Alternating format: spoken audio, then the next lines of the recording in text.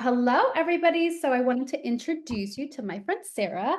So if you guys don't know me, my name is Brenda Geiger, and I am here interviewing one of my amazing business partners, bringing you behind the scenes. She's absolutely incredible.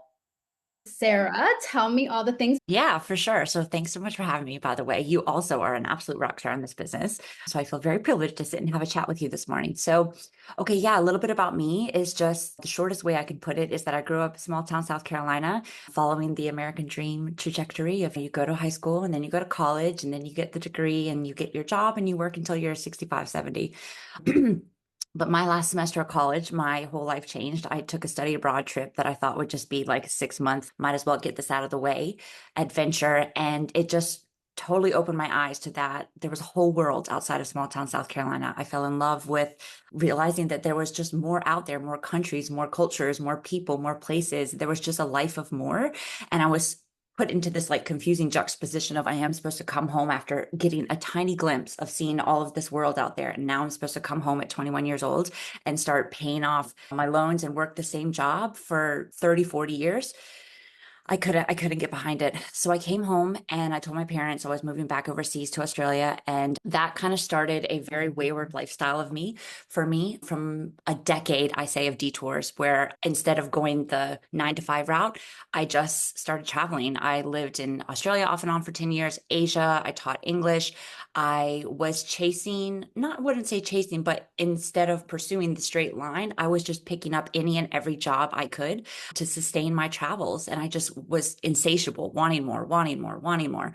And to tie this on a bow, I basically wound up having 30 different jobs by the time I was 30, because while this unconventional lifestyle was incredible and it was adventurous and wonderful, oftentimes the jobs that I would take, hospitality, bed and breakfast, coffee shop, these were jobs that allowed flexibility, but they offered very little in terms of pay. And so in order to keep myself afloat, I had to work multiple jobs. And it just got to a point where I was balancing and I was taking on so many jobs, working 2 to 3 jobs, which again, in your early 20s, you're fine. The energy's there, you can sustain it. But after a decade, I was like, okay, something's got to give. And yeah, and it was in 2018, 2019 that I started to kind of really feel that line in the sand moment and be like, okay, this isn't going to last me forever. What can I do to actually like take care of myself moving forward, but also still allow flexibility and freedom? And yeah, it was around that time that my eyes started to look for solutions in that realm.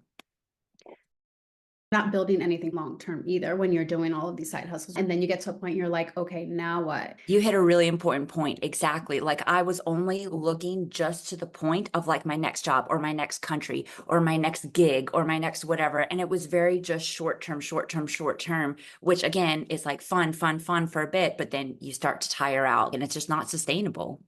Absolutely. This bit. How did you come across affiliate marketing in general? Because there's so many things out there. There's courses and there's for coaches and there. So tell me how you came into the world of affiliate marketing. Yeah, for sure. General. Like I said, it was right around this time in 2018 when this was like my breaking point. So I was living back in Sydney, Australia. I was on a I was on a student visa. I had just wrapped up teaching in Thailand for 2 years and I wanted to carry that back over to Australia because it's just like my home away from home. So this is what my life looked like in 2018.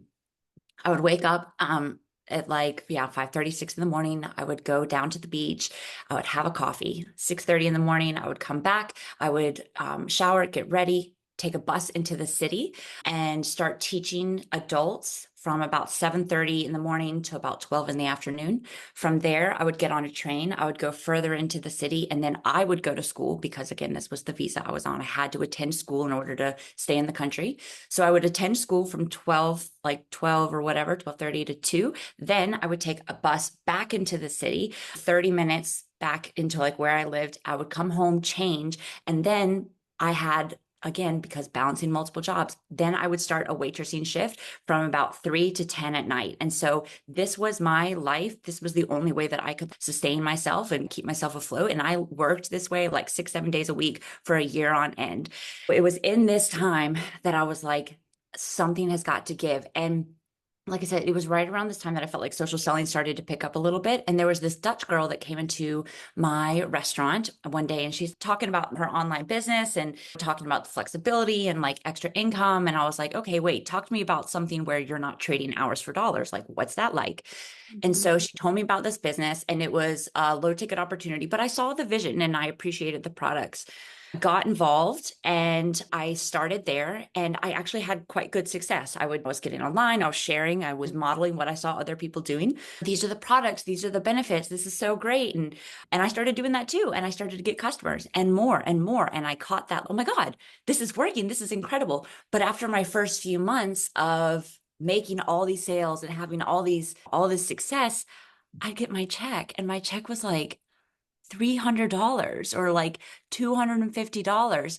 And it was, again, it felt this disconnect because in this description of this vision of social selling was like financial security, financial freedom, you can whatever. And I've always been someone that's wanted a big life. I've wanted a life of more. So here's this like this, what's the rhetoric of, yeah, life of more, freedom, flexibility, you can travel. And then I get my paycheck after having all these customers and the back and forth and energy. And I'm like, $300. Man, I live in Sydney, Australia. That's like my monthly, that's like my bus fare or something. How could I get free from that?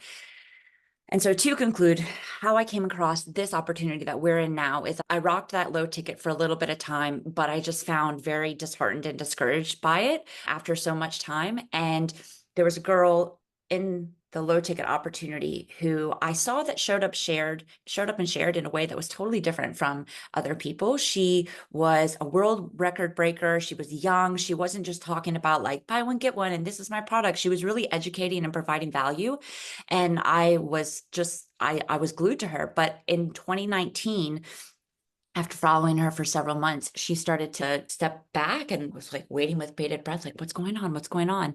And then in February, she came out and she was just like, hey guys, listen, I found something that was better. And I think this is what I'm going to run with. And basically, I sat and I watched her for a little bit of time. And as she shared all the pain points and frustrations that I felt with the low ticket, the people, the auto ships, the keeping up with customers. Sometimes customers could buy, some months they couldn't. It felt like such a cat and mouse chase of really knowing and always hustling for a new customer, hustling for a new customer. You got to hit your quota and you have to renew to pay your distributorship. All those things that I didn't resonate with in the low ticket were not present in this opportunity. And that is what basically made me be like, okay, all green lights. This is exactly what I've been looking for. And yeah, that's it. As you're going through your story, I'm getting triggered. I was like, oh yeah, as we're going through. Right? Because you did this Because too, different company. I am like, I guess you could say like a serial entrepreneur. I love everything online businesses. I am one for multiple streams. That is just in my DNA. What my experience with, and that we're not here to, I'm very grateful for everything that I've learned and my experience in lower ticket. I'm not here to throw any shade or disrespect the industry, but there's so many things that once you're in a leadership role where you see that the dots aren't connecting. Hold on, this business model is not working. When you're stuck in a cycle of the same people over and over again, it's your friends and family. You have no way to break out of that unless you're constantly hustling. And that is a hustle. I used to preach time freedom, and I always get emotional when I tell the story. Time freedom, you make your own hours. And I remember sitting at my son's game and being on the phone. Mm. I recall feeling like that a couple times, and I'm like, it's fine, I'm working. And then I saw this video on YouTube Shorts. I was just scrolling through, and there was this little girl. She was at her volleyball game, and her mom was recording her. She's like, look, I moved. So her mom went to the bathroom, and then she moved to a different section. You see the little girl, and she's like looking for her mom. You can tell she's worried. What the heck? Where's my mom? And then she sees her mom, and her face lights up, and her mom's waving to her. And then I think to myself, how many times did my son look out? And either I wasn't there because I couldn't be present, or I was sitting there on my phone, quoted time freedom. I was present, but I'm not. So I understand the low ticket. I do feel like there's a lot of cracks in it. And it's unfortunate because a lot of people see the vision and they have the dream and they know that it's attainable, but At less. what cost? Yeah, exactly. So I'm super excited that you found this opportunity. Now, Let me ask you a couple questions, and this is going to be specific to those people that are familiar with like lower affiliate marketing, let's just say in general, or any Mhm. kind of referral business. When I was bringing in a new business partner that's just okay, I want to make $5,000, $10,000. The math isn't mathing to me. So how I can explain how you can make, oh, you need a team of 3,000 to do this. And I'm like, that's exhausting. I want to be present in my life. I want to be present with my friends. I don't want to sit there and try to have to build these massive teams for 10K. So what do you tell people that say, I couldn't even sell a product that was $30 or $50? How in the world would I do something like this? With your experience, you've been here for 5 years. What would you tell those people? Yeah. Oh my God. This is like, I could speak for 7 hours. I want to give the disclaimer that like low ticket does not mean low quality, right? Like some of the low ticket products that I even invest in to support friends or like that I love for myself are incredible quality. But in terms of, again, like less is more efficiency, right? Like I would so prefer a one-time sale over building a team of, yes, like a five, $10,000 a month. Like I was watching this low ticket YouTube video the other day. She was explaining like how a business model that was changing. And she was saying, like, in order for me to have a $12,000 month, I only have to sell to 100 people. And I was like, I had a $12,000 month in this business from 2 sales, right? And again, it's not better, it's just different and more efficient. But I think in general, there's a limitation in people's mind. It's impossible or more difficult to sell to a higher ticket a product, but the energy is the same. You're both going to have conversation. You're both going to be, there's going to have to be just a transaction there. But with the systems and things that we have with high ticket, it's it's just way more efficient. People are buying expensive products all the time. It's just it's a lie. Like it's an imaginary lie. And I think that if people realize in life, we will always prioritize and we will always invest into things that we seem are that we want. When you look at the long term, again, when we were talking about just chasing that next immediate thing, like my short term side gigs, when I was that it's easy to think, okay, a $30 sale, like a quick sale, a quick sale, a quick sale. But when you look at the long term vision, it's not sustainable. And so I would so much rather put my time and effort and energy into yeah, like a one-time purchase over getting a quick fix and being like, oh, I sold like a $20, $20, $20. Because I think at the end of the day, it's a lot. Like you said, there's no time freedom when you're having to chase. And if you want a $10,000 month or whatever, at the cost of what, 100 people, 200 people, who knows that many people, you know? There's just a different clientele for everything. There's people that drive Fords, and then there's people that drive Range Rovers. There's Mhm. people that will go to a grocery store and just buy everything processed. And there's people that buy only organic. There's a market for everything. And I love that what we have created here, we show you how to tap into those that are going to want your product or services. You can't sell a steakhouse to a vegetarian. You can't. They just Mhm. don't see it. And there's nothing wrong with it. It's not a match. I definitely agree with so many of the things that you're saying. I feel like somehow this ended up like a lower ticket versus high ticket, but I mean, let's talk about it. I know people that I have done business with in the past, and they're just stuck on this cycle because one blow, one company changing their affiliate marketing from what it crumbles your whole organization, and then you're at square one again. Yeah. And can I share one So, other thing that just came to my mind really yeah. quickly? Just with regards to the question you asked of is it more or less difficult to sell like a lower ticket product or higher ticket? Let's talk about just the number side of things for 1 second. Okay.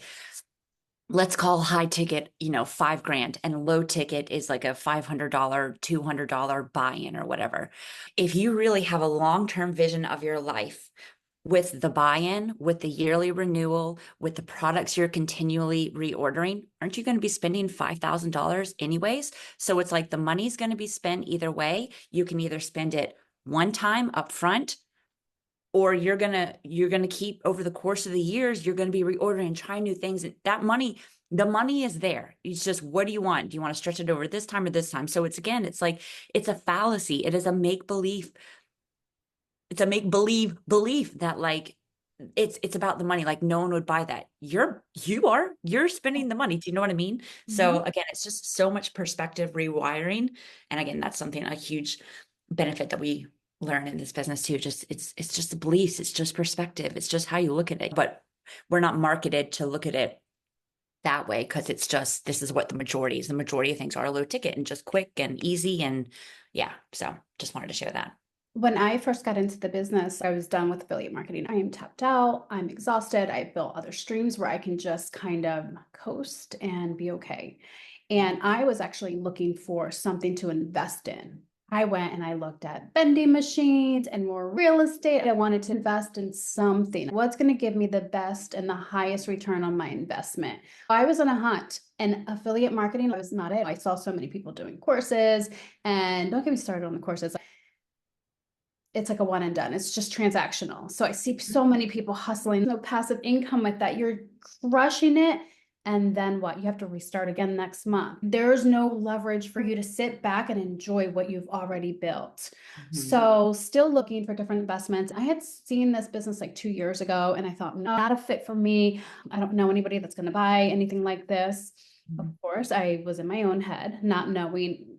And only look into who you know. Absolutely. When most people do this business with people they don't know. When I revisited the opportunity from 2 years ago, I was like, okay, let me look into this a little bit more. When I seen the strategies that they had in place in order to help everybody be successful and how to break through and target with people that are looking for your product, how to do paid marketing, there was like a whole world of, wait a second, I don't have to personally go out there and just constant hustle. I can set systems up. That was such an eye opener. They looked at the numbers. You can't And if unsee you're it. in business and you look at the numbers, okay, you have my attention. This is worth my time for me to invest. It wasn't so much about the money for me. It was more of, is this worth my time? Because I know after missing out on so much, my time is valuable. So, looking at the numbers, this is definitely worth my time. Let's take a look. And there's just no denying the return on investment and what you can build with this business. Mhm. And that's pretty much what happened to me. All right, my time's not over. Let's go.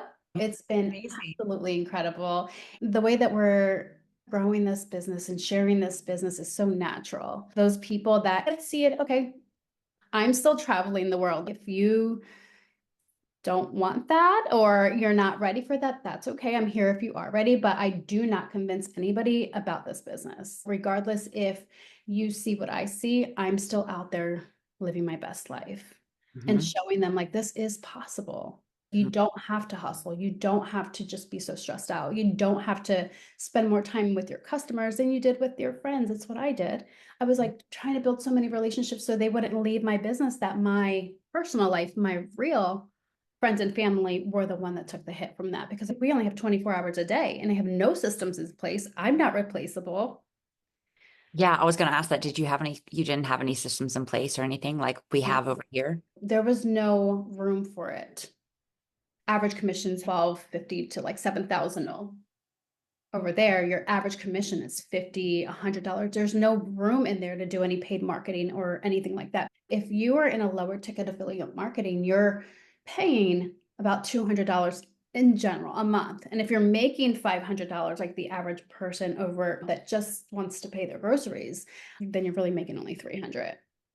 And when I have my conversations with like business partners that I'm bringing into the business, I am very clear. Are you looking to make $500 or are you looking to make 5, 10, 15, 20,000? Because if you're looking for $500, I can show you like so many things that you can do to do that. I'm here looking for people that are trying to retire, people that want to retire their parents, people that want to travel the world. That's where I'm at. And I need people to match me there. I'm not going to be in your inbox telling you how to work your business or anything like that. We have everything laid out for you. There's a blueprint. And here you go. It's been used over and over and over and over and over again. This is what we have. It's tried and true if you do the work.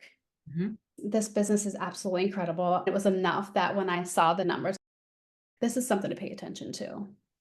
Exactly. Felt the exact same. Yeah, there's nothing like it. You're Sarah, do welcome. you want to add anything? I truly appreciate your time. There's just one other thing that I think I would love to share, and I think it's a good thing to end off on. Again, concluding just the difference of high ticket and low ticket, and whether or not people would get into this business, or whether they should, or whether they could, or it's possible for them.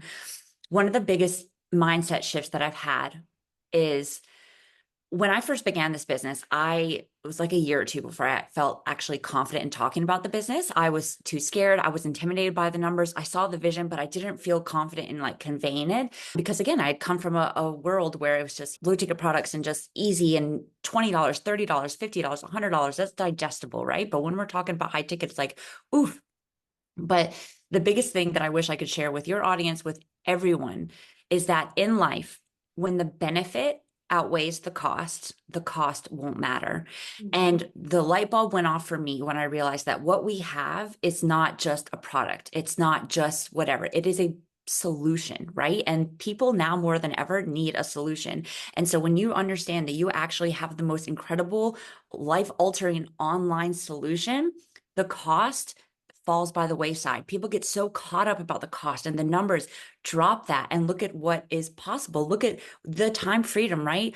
The actual systems that we have, because yes, there's you're going to spend money, but like in life, there's time debt and there's money debt.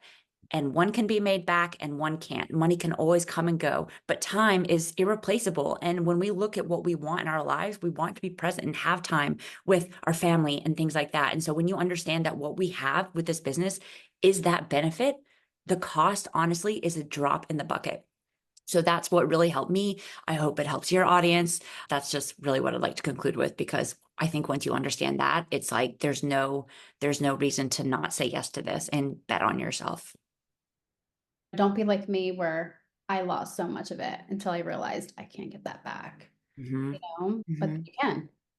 So thank you, Sarah, so Thank much. you. It was so nice to chat with you and get to know you a little bit deeper. Thanks, Thank you Brenda. for your time. You're amazing. Thank you so much, Sarah. You're welcome. Bye, love.